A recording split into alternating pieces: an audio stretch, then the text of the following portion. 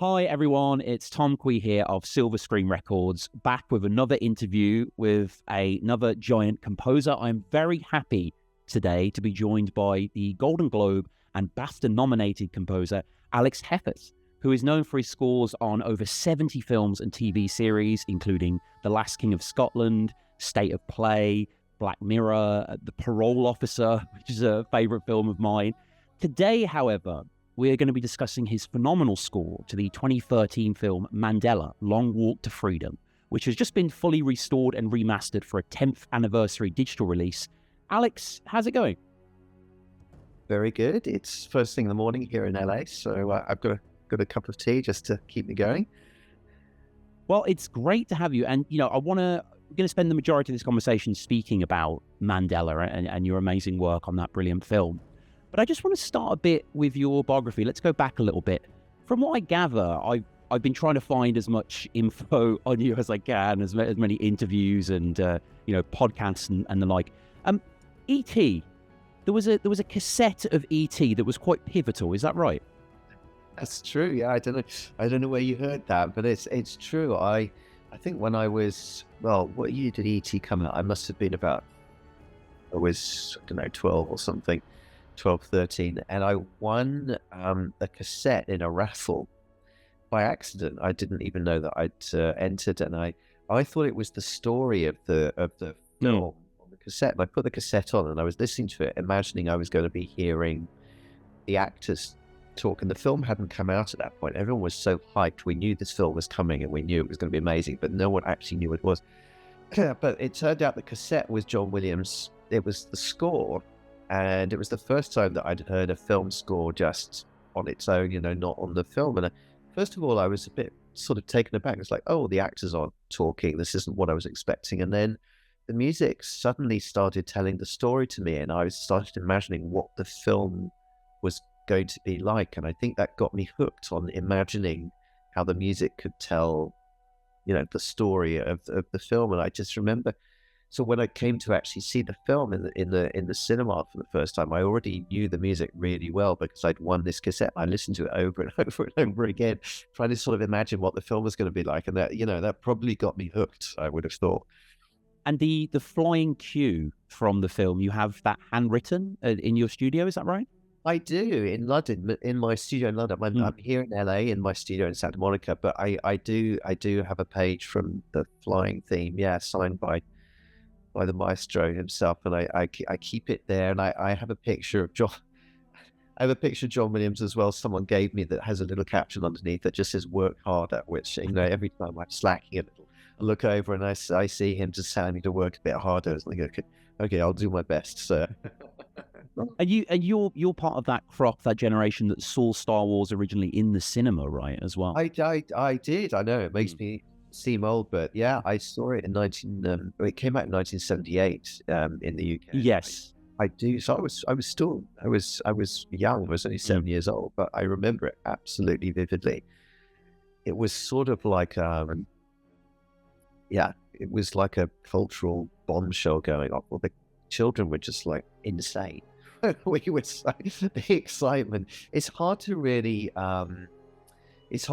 sort of capture what that was like because everything you can get on demand now. It's very easy to get. But we knew this thing was coming because films used to come quite late to the UK. So it had been out in the States for like half a year and everyone had gone berserk about it. So it was like this oncoming wave, this tsunami. You knew it was coming, but you didn't know what it was because it really...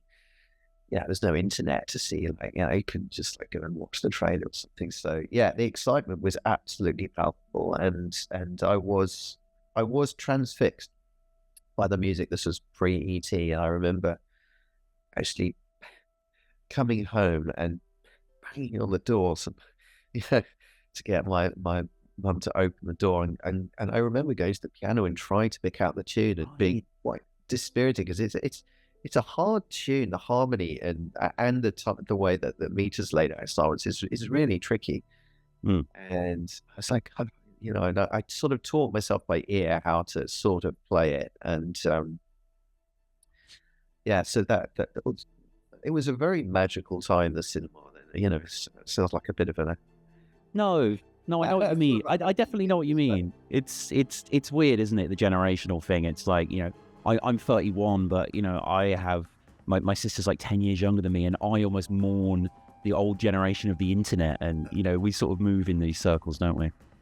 Yeah. I mean, I love modern technology as well. I love it all, but I am sort of weirdly grateful that I had that opportunity to really soak up the cinema. And in those days, you were allowed to watch the film multiple times. If you bought a ticket, they didn't mind how many times you'd watch the film. So we'd go and buy a ticket and then watch the matinee and stay and then watch it again, an hour later, because you couldn't watch it on video or on the internet. So yeah, I used to do that all the time. It's a terrible waste of like. And no, I don't think so. I disagree. I respectfully disagree. And you went to Oxford University, is that right, as well? I did. And around that time, you were playing a lot of jazz, and you were actually in a film. Your band playing jazz. Yeah, you've really done some good homework. Yeah. I was sort of like born again.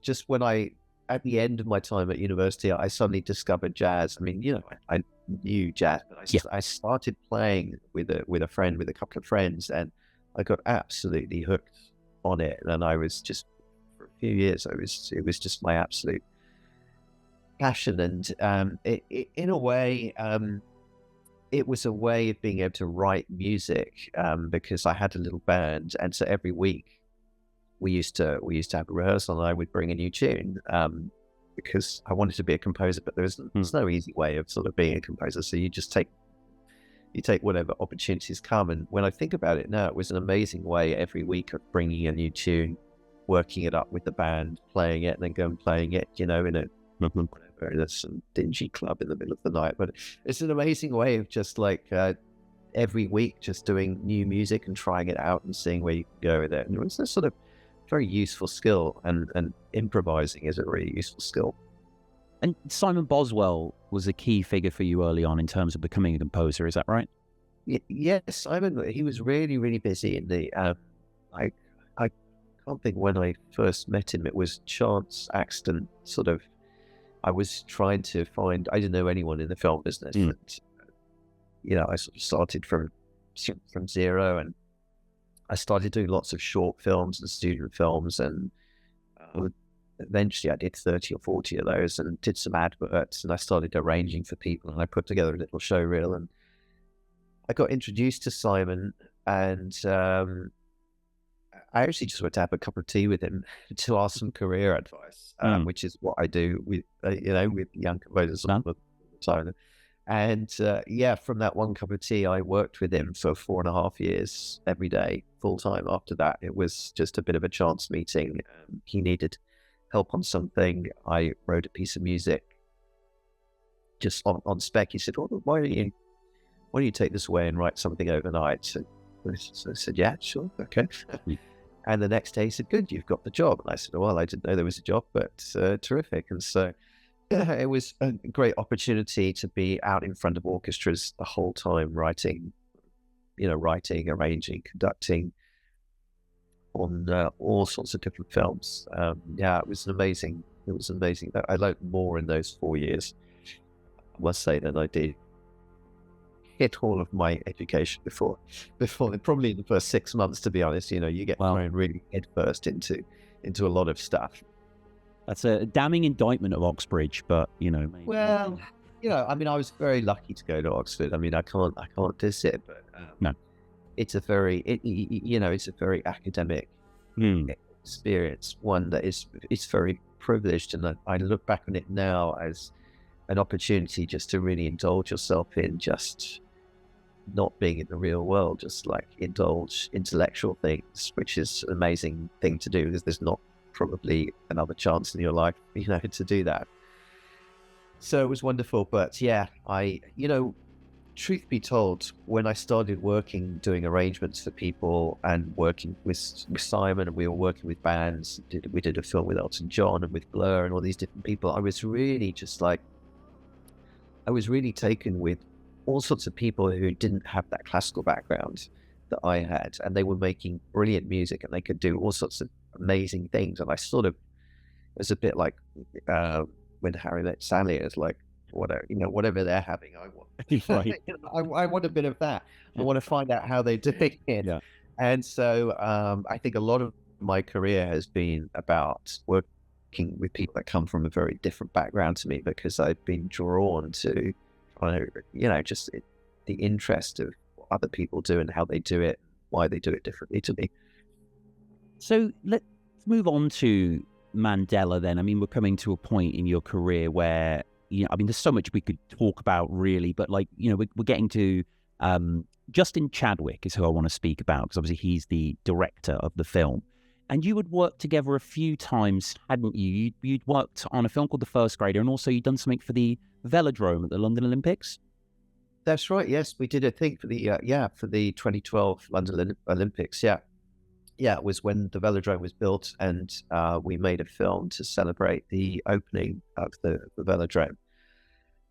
And yeah, I'd met Justin a few years before. We did this really, really sweet film called The First Grader, which it's just really lovely. It is the final song, I should say, Walk On, the end title song. I love that song. Reminds me a lot of Mandela, actually. It explores a little similar. Yeah, well, in a way, it was maybe it was a sort of a test run, but it's funny because people had started asking me to do music that maybe incorporated world elements or African elements to Last King of Scotland, because I'd been out to yes, of course, recorded a lot of stuff there, but then people seemed to think I was an expert in it, which isn't at all the case.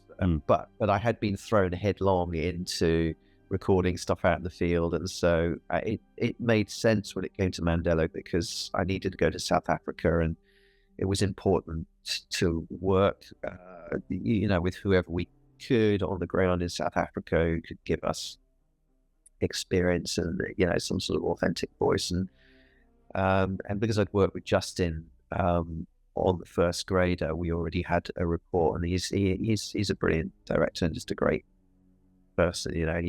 He's got the skill that not many directors have, of being able to bring people in, keep his own vision, but bring people in and allow them to bring their own, bring your own vision and bring your own thing into what you're doing. Some directors, they've got a vision of what they want to do, and they're very, which is fine. It's a different style. But yeah, he has this way of drawing people in and drawing the best out of people. So, he's just amazing. So yeah, for those who aren't aware of the film, it is, an epic biopic of the legendary Nelson Mandela. And I mean, Mandela is such a monolithic figure in history. I mean, he's inarguably one of the most famous men in the world. I think most people know who he is. Most people are familiar with his story. Like, was that daunting? Like, going into this, did you feel like, how do I, because there's so many different Mandelas in Mandela, as it were. Like, was it overwhelming at first, or were you just up for the challenge? It became, it wasn't at first, because I was just, I think the scale of it became more apparent to me as we got closer to the film coming out, because it's the only film of his life that was officially sanctioned by him. It's an amazing story, but I'm saying the producer in South Africa had actually become pen pals with Mandela when Mandela was still on Robben Island. Oh. And they had a back and forth for some years by letter, and apparently the story goes, and Anne told me, that he asked Mandela in a letter, if you ever get out of this wretched place, or when you get out, keeping the fight alive, I want to make your life story. And of course, they didn't even know he was going to become the president of the country. I mean, it's the most ridiculously sick story ever, really, isn't it? 27 years locked up on an island, and then you become the first black president of your own country.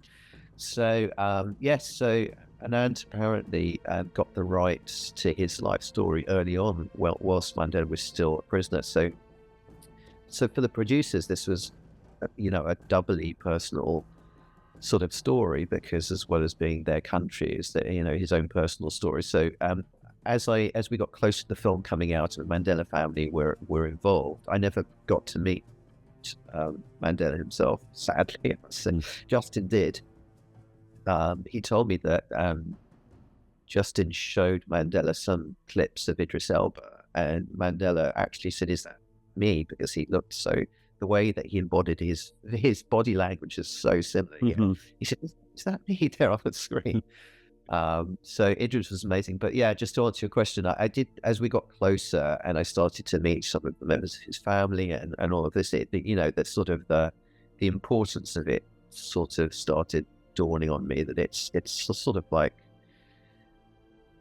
you know, every film has got elements of, you know, narrative and fiction to it, but it is a sort of like a definitive sort of line in the sand, a sort of a film document about his life. And, you know, I'm really privileged to have played my part in that, for sure. Yeah, and it's, you know, it is his whole life, as you say. There had been Mandela films prior to this. I mean, people obviously remember Invictus. Yeah. That's only covering a tournament, you know, pretty much for the entirety of the film. This is multi-decade. This is starting in the 30s, you know, Mandela literally as a boy becoming a man, and then ends with his eventual inauguration, as you're saying. Like, you know, the sweep of history is enormous in it. Yeah, it is. It's mind-boggling, and in a way, you know, it's a hard thing about the film.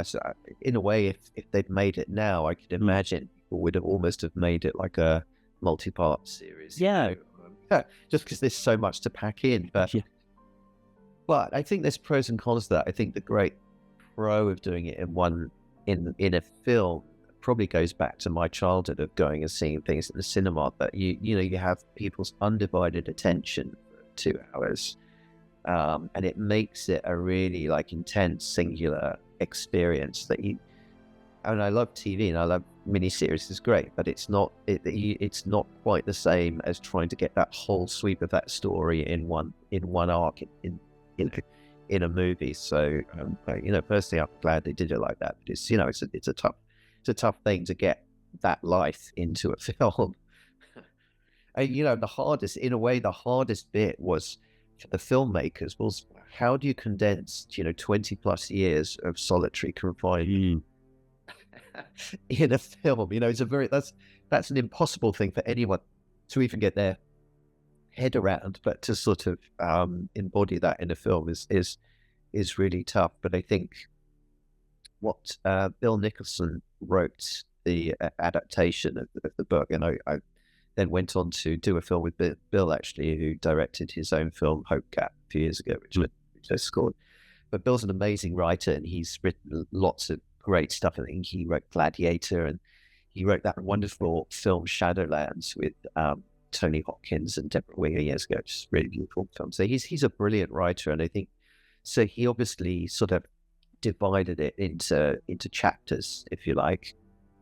You know, as you say, the young boy chapter, like the chapter of him being a lawyer and then crossing over into being like a sort of militant outlaw, then the chapter of the trial, which is sort of, the trial is almost like the centerpiece of the film, not so much the prison, because I think everyone realized that trying to depict all of that time in prison, it just wasn't ever going to fly in a movie, because it's like, what can you show? So in a way, the trial is sort of like the bit in the middle, and then prison, and then obviously release, and then the final arc, end of the arc, as you say, would be the inauguration. I think one of the amazing things about his life story is that he obviously lived an incredibly long life as well. You know, for someone who had so much of his life taken away from him. It's sort of, I wouldn't say there's justice in it, but there's a poetic justice in the fact that he lived so long to be able to at least see the full arc of a long lifetime. You couldn't write that, you couldn't make that stuff up. No, if it wasn't true, you would not believe it, full stop. Right. And you just spoke about you know, the writer dividing up the narrative, and from what I've heard, you yourself use like a giant sheet, a chart, to kind of recognize motifs and that sort of progression. Is that right? That is true. That's true, actually. Yeah, because it is such a big story that I had a huge, big piece of like poster paper, and I charted out the whole film and musically where we needed to start from and go to try and make sure that we had a through line of idea the whole way through. I'm not sure where it's gone, actually. I have to see. Yeah, I'd like to see that, just as someone who's been listening a lot and watched the film. But right, yeah. But I actually find that quite a useful thing to do. I still, even though I work on computer all the time, I still like to have a bit of pencil and paper near me, and sometimes I'll write out music on the page, but got a piece of manuscript paper right here that I've been writing on the side. Yeah. But actually, quite a lot of the time, I also like to just write out, if there's a long scene and it's a complicated, it's like a 7-minute chase or something, I write out what the different points of the scene are, so that I've got a visual representation of what I'm trying to achieve. I actually find that musically is really helpful. Then I can see just where the peaks and the troughs of things are. That can be very helpful. And there's so much South African music in the film, obviously, and so much indigenous sound. Like, what was the research process like? And also, I want you to tell me about Kaifus Semenya as well, because he's a legend, right? I only kind of learned of him through this film, but he seems like a really important figure in that sort of music. Yeah, he is, and he was he had to go into exile from South Africa sometime in the late 60s, early 70s, I think, actually. So he was over here in the States, and I was hooked up with him through the producers in South Africa. So he was very much like a guide and a mentor to me about the film and helping us find musicians that we could use in South Africa. And he came back to South Africa with me to help with the recording, and he sings on the opening track, the Sons of what was that track? Sons of Kosa, Sons of Kosa track, and in the inauguration. So he he's an amazing guy, and we were very lucky to have people who really, lived the experience and could, help and sort of explain to me what it was like, and just being practical help finding musicians who could help us.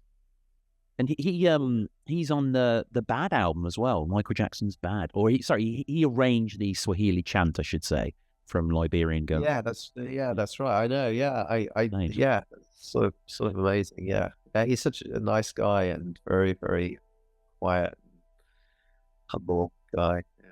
And I've heard you speak as well, because obviously, there's so much South African music in this score, but there can be cases, and I don't mean it in a disrespectful way to anything in particular, but where that sort of music can feel a bit jammed into the actual score. You know what I mean? It doesn't really cohere.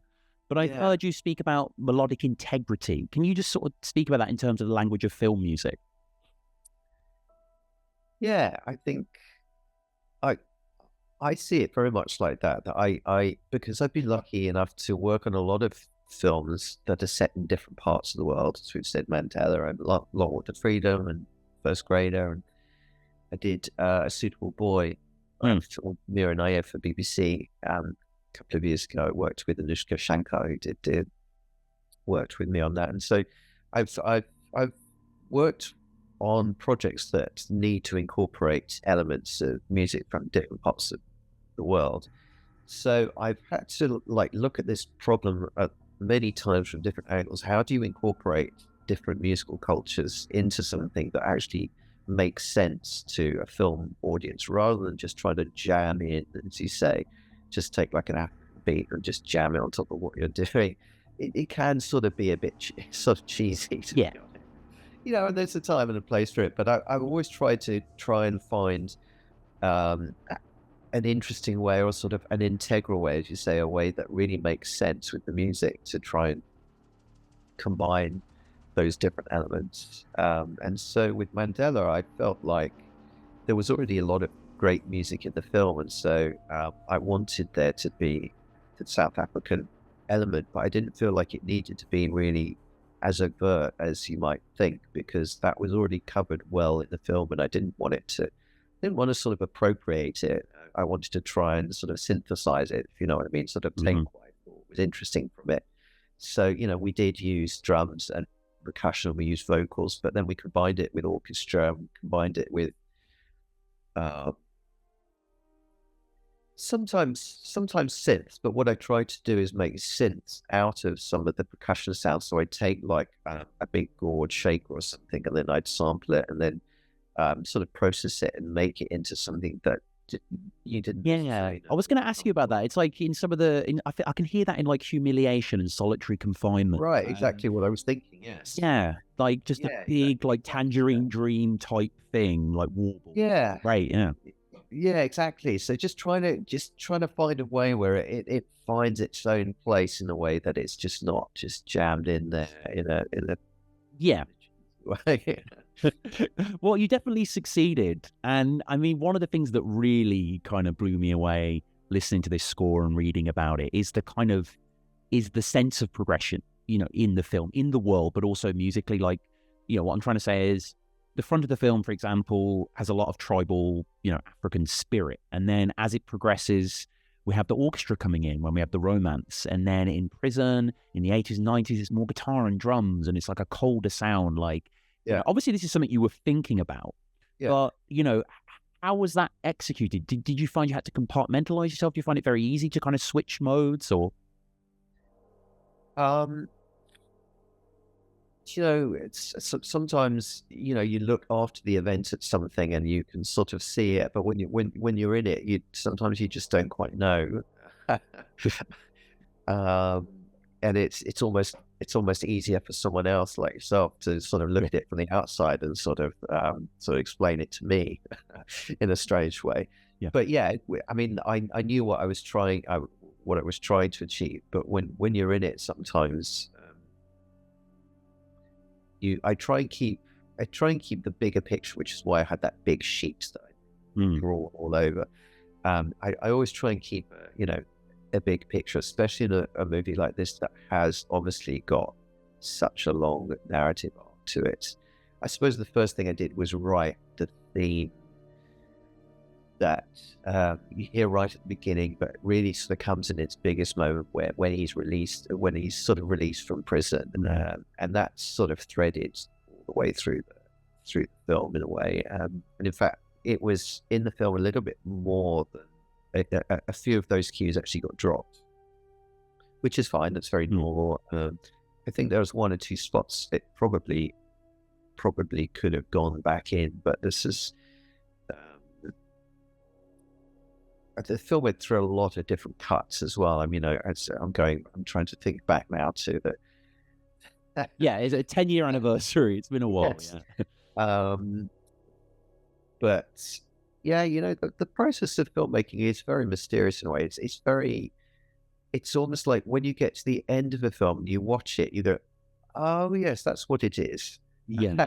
It's a bit like trying to fly a plane, but you've got all of the bits and you're trying to put them together whilst you're flying at the same time. You sort of know where they're all supposed to go, and you're actually keeping on pedaling, because that might keep something, keep the propeller going whilst you're putting all the bits together. At the very end, it suddenly soars, and you look back and you go, "Oh yes, that's what it is." But it's sort of a funny experience, and what I try and do is have a vision at the beginning of what you want to achieve. And sometimes that vision is very precise musically and dramatically. You know exactly what you want to do, but sometimes it's more abstract, and I just have a sort of abstract feeling. And that's probably where Mandela was, that I knew it had to have a sense of weight and gravitas and importance, but it needed progression, and it needed lots of different colors for different periods of his life. And sort of having that abstract form, even if you don't yet know what all the musical parts are going to be, sometimes that just helps. It's like having big it's like going to a house and painting big bits of colors on walls. It's like you don't necessarily know what the whole thing is going to be like, but it's like a starting point of where there's a block of something there. Yes. I don't know if that makes any sense. No, it does. It definitely does. Yeah. And you mentioned cues there as well. And I was reading that the film was quite unusual in that certain scenes were like recut for music, and Justin would sometimes call an editor and ask to like prolong a scene by 10 seconds if the cue was perfect. Is that right? Yeah. I mean, we went through a lot of recuts. I remember we were at Abbey Road recording some big orchestral cue from the film, and I was conducting, and I said, Justin was in the box in Studio One, and I said to him, how was that? And he said, oh, Alex, it's great. He said, it's great. I was just on the phone to Rick, and we've just added another part to the scene. Do you think we can have a bit more music at the end there? It's like, okay, let's take a quick break, and I'll get out the paper and see if we can do something. Yeah, it's not all the time when you have that real backwards and forwards, but he's, as I said, he's really like willing to draw you into the experience and say, well, I really love this. I think this could be really great. So let's draw this out a little bit more. And so, we did quite a lot of that just on the fly, just sometimes not even seeing the picture, just saying, okay, well, let's record an extra part of music on the end here, and then give it to the picture editor, Rick Russell, who's brilliant, and see if he can, cut the picture to that. Yeah, it doesn't happen very often like that. No, it seems a little kind of the wrong way round. Yeah, it's usually the other way around. But I mean, that's the real the great example of that. The very famous one is the final scene in E.T., which I don't know if you know about, but the one when on the bikes and the flying, and it's like a long 10-minute sequence, and apparently when Williams was recording it, they just couldn't hit all of the hit points because it's such a long cue, and every time they were trying to hit the parts to picture, it felt like the music was just having to suddenly take a quick turn, or it just didn't seem natural. So Spielberg, being the genius that he is, and also the very musical person he is, eventually just said to John Williams, look, you just record the piece of music so it sounds like a great piece of music, and we'll recut the film to the music. And it's a very unusual way of doing it, but that's partly, I'm convinced, why the finale of E.T. is quite that brilliant. Is because the music is just, it's not constrained. It's doing exactly musically what it wants to do dramatically, and the picture follows it perfectly because they had to go back in and trim it a little bit, So. Yeah, and you mentioned recording there as well, and I know the majority was done in Abbey Road, but some of the music was recorded in South Africa, some vocals and some percussion. Is that right? Yes, we did. So we did Caiaphas's vocals. We recorded in South Africa, and then we had a choir that did backing vocals on some of the bigger cues, and then we did percussion and some guitars as well for some of the sections earlier on in the film, some of the tribal sections, and also the sections where he's on the run. It was amazing. It was an amazing experience, and again, I had a clear abstract idea of what I wanted to achieve. So I'll rephrase that. I had a good mental abstract idea, but I had enough experience of going to places outside of the usual Abbey Road type of place to know that you have to be really, really flexible. So I didn't know exactly what we were going to get, but we just had Kuipers booked. He basically just booked all of the best people that he knew, and everyone turned up, and then we started. They would sing me something, or they would play me something, so I could hear what they would do, and then we would start divvying up and say, okay, well, I wanted to get something like that and something like that, and then I'd write something out, or I'd make a little arrangement. And I love working like that, because then you get the best out of people. You're not trying to force people into the shape of what you're trying to do. You're actually drawing out what they can really give you, and then take from that, and how does that fit into my sort of vision. I've always found that a really good way of getting really good stuff from musicians. What are some of your musical highlights from this score? Is there any pieces in particular? Like, I know that, for example, the main theme you re-recorded for Sudden Light, which I want to touch on in a moment. Yeah, we did it on Silver Screen Records. Yes, and I mean, I am really fond of that because it's, in a way, it's so simple. It's very. I've always been a big fan of very simple music that seems to just do so much with very little. That's a very powerful thing. It's a bit like, I always think the analogy is like a pencil sketch. A great artist, can take a blank piece of paper and a pencil and just with a couple of lines somehow give you the impression of the whole story without having to paint everything in oils. The same with music, a really, really good composer can do, amazing things just with a few notes. And it's a sort of a mystery and a miracle why that works. So I think if we knew why, we'd all be doing it. It's still a mystery, but that's part of the good part of it. So yeah, I am fond of that just because it's so simple, and I do really love Heffes's vocal and that composer track just because it's got a real. I knew what I wanted from it, and that was, we only really got one take of it, to be quite honest. He had a bad cold at the time, which didn't help, and I played him the orchestral piece, and I'd done a terrible vocal demo of what I thought could go there, but it was just me saying it was sort of awful. I remember being very, very polite. So yes, we could do something. Maybe on the 20th anniversary re-release, we might be able to hear that. But I do remember the moment we did it, and he just sung this thing, in the Xhosa language. And it was just like a light bulb going off. It just sounded fantastic, and it sort of brought a really unique element to it. So those are probably my favorite. Yeah. I mean, there's so much on here, really. I mean, just for me, Sharpeville Exile, which has that sort of giant, well, not quite a synth, but a synth coming in. Full difficult tune, and also it's an ideal for which I'm prepared to die for, which, like you mentioned before, the courtroom scene is kind of the centerpiece of the film, and it just has a real reserved, moving elegance to it. But one of the things I found really interesting, Alex, is, like we say, there's so much locomotion in Mandela's life and in the film as a whole, but the film does kind of grind to a stop. I mean, Winnie kind of carries the action through when Nelson's in prison. But did you find that difficult to sort of, you're like, how do I score stasis, Or, I mean, you did it fantastically, but like, was that an issue? Or yes, I think it is. I think it is an issue, and I think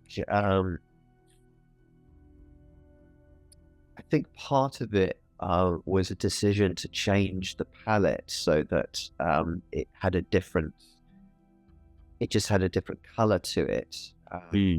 When you see, I've never been to Robben Island, but I've seen pictures of it, and it's just so, it's as stark as you can imagine. It's just a white, small, tiny cell, and so it just, in terms of how his life changed in terms of palette, if you like, it's just, I just thought, well, we need to go to something that's a lot less rich and just much more stark, and not really it never really gets cold,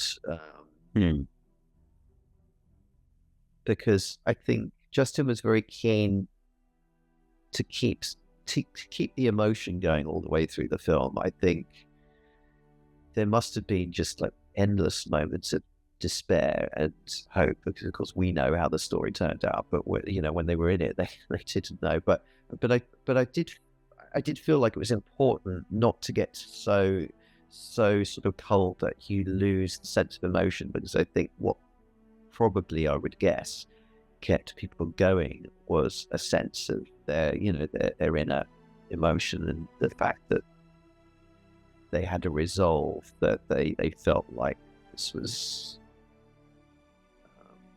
well, as you say in the courtroom, his famous words, he said,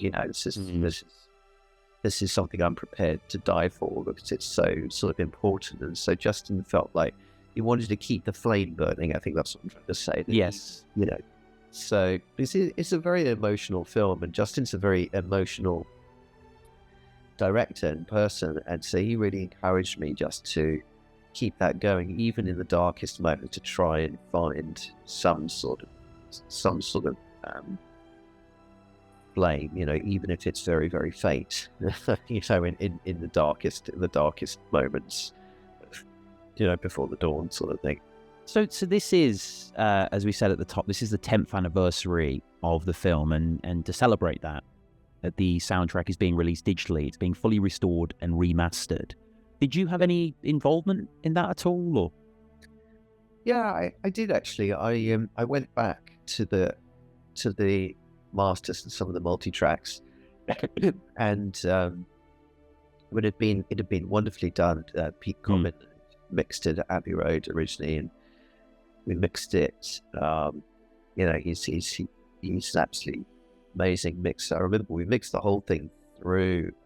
We actually mixed the strings through one of the TG, one of the 60s desks that they had in the Beatles days at Abbey Road. It was really interesting. He was really encouraging me to do it because it gives a very dark, very, very rich sound. Not as hi-fi as I remember. We A/B'd it through the Neve, the 88R that they had up in the penthouse, and the strings sounded like crystal clear and really like sort of broad and clean. And I said, "Oh, that sounds brilliant." And he said, "No. I wanted to play that first. Now listen to it through the TG desk." And when I first heard it through the old valve desk, it sounded very dark, and I wasn't sure at first, but he totally convinced me because it does have a sort of a body to it, which is really, you can't really get from anything else.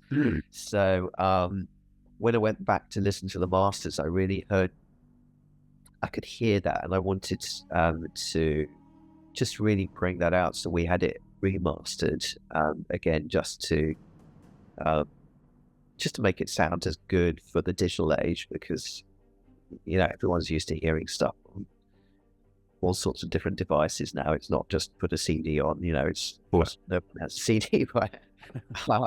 So yeah, it was just a chance to polish it up and make it sound as good as I remember hearing it, at Abbey Road through, it's right there. So it feels really nice to be able to present it in its best form. I'm really pleased that it's back out there. Yeah, no, it's fantastic to have it, and I urge everyone watching this to check it out. I'm sure the link's down below, but obviously, just search Alex Heffes, and you'll find lots of good stuff, including Sudden Light, which is something I want to touch on, because this was quite interesting to me. This is an album of solo piano pieces, and how was it paring down the Mandela theme to this, where it's just you and the piano? Obviously, there's so much going on in that track normally. Was that quite difficult, or is it just I guess it's quite fun, really, to find the heart of the song and just to present it. Yeah, it was. It was actually really interesting because the theme is on a really big string section on the movie, and you hear it. So rather than try and recreate that on the piano, the piano is just a different beast, I thought the way to go would be to go totally the opposite and actually make it really, really small and intimate and just like a single line type thing, to try and, I think, to go back to what we were saying before, to try and just go back to the heart of the simple idea. What are those 5 or 6 or 7 notes that sort of define a tune? So yeah, really stripping it back like the unplugged version. It was actually a real pleasure to do something that simple. Yeah, that was a lot of the point of Sudden Light, was to try and strip music back that I'd written that might have been quite orchestral, quite big, and find how it could work in a different context. Yeah, I had it on shuffle today, actually, just getting some admin done, and I'll need to listen to your whole score to the Elephant Queen, because Moving On really struck me. I thought that was a terrific piece. It kind of had like Keith Jarrett sort of flavor to it. I just really impressed by it. I loved it. Oh, that's good. Well, I'm a big Keith Jarrett fan. Me too. He is like a real hero to me, and when I was younger. That's Elephant Queen is a wonderful movie. It's on Apple TV. You can see it on Apple TV Plus, and it's just it's another sort of epic, another epic African journey. It's a story of an elephant family that had to live through a drought, and it's just it's a wonderful family story. There's all the different characters of the elephants and the different animals that surround them as well. And it's an amazing opportunity to write music, almost like an animation. The director, Mark, really wanted to make it have the music tell a lot of the heavy lifting, because in wildlife films, there's no dialogue apart from the narrator, but the music is doing a lot of storytelling, which I like doing that. And just one final thing as well on Mandela, you were nominated for a Golden Globe for the score, alongside John Williams for The Book Thief. Like, how was that to be nominated? I mean, what an honor. Yeah, it was an honor. And it's, those things are always they're really nice. It's when you get caught up in them, it's quite strange in the moment, you know. I think it feels really nice afterwards to get the recognition. At the time, it's quite a, you know, it can feel a bit like a bun fight, because you get pushed out in front of a lot of people, which is great. I'm not complaining about it, but it can be, well, let's put it this way: composers are usually shut away in their room on their own for a very long period of time, and then we get let out for good behavior sometimes. But it's like going from absolute, like, seeing no one to suddenly being pushed out in front of 100 cameras and being asked to talk, and it's quite a strange sort of thing to have to do when you're used to being on your own a lot. But yeah, as you say, a privilege. And anytime that anyone is, you know, interested and excited about work you do, it actually makes it all worthwhile, because it's, you know, I write music music that when I watch it back to screen, it makes me excited or happy, or it does something for me. I can't really second guess what the audience is going to think. I mean, you know, I'm aware of the audience, and I want the audience to enjoy it as much as I do, but I have to start by enjoying it myself, or I don't feel like it's sort of gonna go anywhere. So when you do get to the point where you're with an audience and you're seeing a film with an audience, and I've seen Mandela with an audience many times, it's an amazing experience, because it's almost like an out-of-body experience, actually, because something that you've worked on just on your own for a long time in the intimacy of the, you know, your own place, and all of a sudden you're sitting, you know, with 800 other people all experiencing this thing. It's quite strange and gratifying, you know, when you get a lot of, it's even in a cinema, you'd be surprised, you know, you get a lot of feedback, you know, if there's a shock in a film, or if there's a big moment, or laughs, you know. And sometimes you tend to think, oh, that happens in theaters, not in cinemas, but that's still one of the great things you get in cinemas. There is like a group feeling, there's like an audience vibe that goes around. And it actually reminds me of the time we saw the film premiered in London, and it was the most strange experience. I was going to bring this up. Yeah, it's wild. Yeah, please. It was wild. Yeah, we were sat right behind Cincy, one of Mandela's daughters. She's a grown-up woman, obviously, and the producers and the royal contingent were there, and all of that. And we were right there in the middle of it. And at the end, the lights came up and everyone applauded. And there was this, you know, feeling of elation. You know, I had seen the film for the first time, and it was an incredible feeling, and everyone was clapping.